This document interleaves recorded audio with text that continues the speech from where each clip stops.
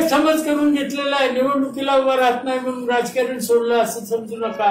अत्यंत साधी राहणी असलेले 54 वर्षे सांगोला मतदारसंघाचे प्रतिनिधित्व केलेले शेतकरी कामगार पक्षाचे ज्येष्ठ नेते गणपतराव देशमुख यांचे आज दीर्घ आजाराने निधन झाले. 95व्या वर्षी त्यांनी सोलापूर येथील अश्विनी रुग्णालयात अखेरचा श्वास घेतला. राजकारणामध्ये त्यांनी ज्यांच्यासोबत काम केलं त्या सर्वांसाठी हा फार मोठा धक्का आहे. गणपतराव देशमुख यांचा जन्म 10 ऑगस्ट 1926 रोजी झाला. त्यांनी एकाच मतदारसंघातून सर्वाधिक वेळा निवडून येण्याचा विक्रम केला होता. सोलापूर जिल्ह्यातील सांगोला मतदारसंघातून 11 वेळा त्यांनी विक्रमी विजय मिळवला. 2009च्या विधानसभा निवडणुकीत विजय मिळवून करुणानिधी यांच्या पाठोपाठ 10व्यांदा आमदारकीची निवडणूक जिंकणारे आबासाहेब देशमुख हे देशातले दुसरे आमदार ठरले होते. गणपतराव देशमुख हे त्यांच्या साध्या राहणीमानामुळे सर्वाधिक लोकप्रिय होते. एसटी आणि रेल्वेने प्रवास करणारा आमदार म्हणूनही त्यांच्याबद्दल राज्यातील नागरिकांना नेहमीच कुतूहल वाटायचे. त्यामुळेच त्यांच्या साधी राहणीमानाची नेहमीच चर्चा व्हायची. माणदेशाच्या माळावर गुराढोरांच्या संगतीत राबणाऱ्या माणसाचा नेता अशी त्यांची ख्याती होती.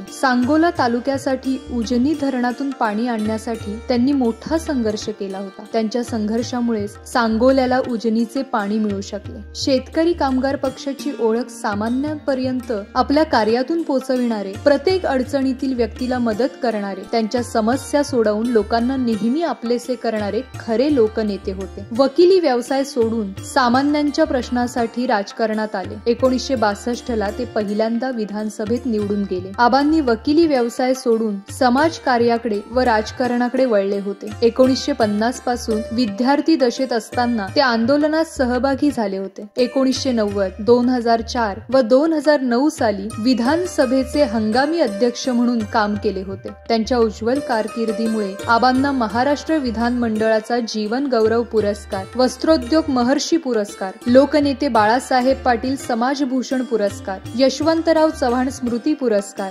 सावित्रीबाई फुले स्मृती पुरस्कार, रयत माऊली सौ लक्ष्मीबाई पाटील पुरस्कार, भारती विद्यापीठ पुणचा जीवन साधना गौरव पुरस्कार तसेच महाराष्ट्र विधिमंडळाच्या दोन्ही सभागृहात त्यांचा 2017 मध्ये सन्मान झाला आहे. आबांच्या मृत्यूची बातमी सोशल मीडियाच्या माध्यमातून सगळीकडे पसरली. त्यामुळे तालुक्यातील प्रत्येक गावात निधनाच्या वृत्ताने नागरिक हळहळ व्यक्त करीत होते. आपल्यातील आपला माणूस हरपला अशी भावना सामान्य कष्टकरी, शेतकरी, कामगार यांच्यात झाली होती. आयुष्यभर त्यांनी आपला वेळ, आपली राजकीय ताकद जनसामान्यांचे प्रश्न सोडवण्यासाठी घालवली होती. त्यांची प्रकृती चिंताजनक बनल्यानंतर सांगोल्यातील अनेक ठिकाणी अभिषेक व प्रार्थना करण्यात येत होत्या. आयुष्यभर आबासाहेब दुष्काळी सांगोला तालुक्याला पाणी मिळाले पाहिजे यासाठी आयुष्यभर संघर्ष करीत राहिले. तत्वनिष्ठ राजकारणामुळे त्यांनी शेकाप पक्ष सोडून इतर कोणत्याही पक्षाचा विचार केला नाही. त्यामुळे नेहमी विरोधी बाकावर असणारे गणपतराव आबा तालुक्याच्या टेंभू,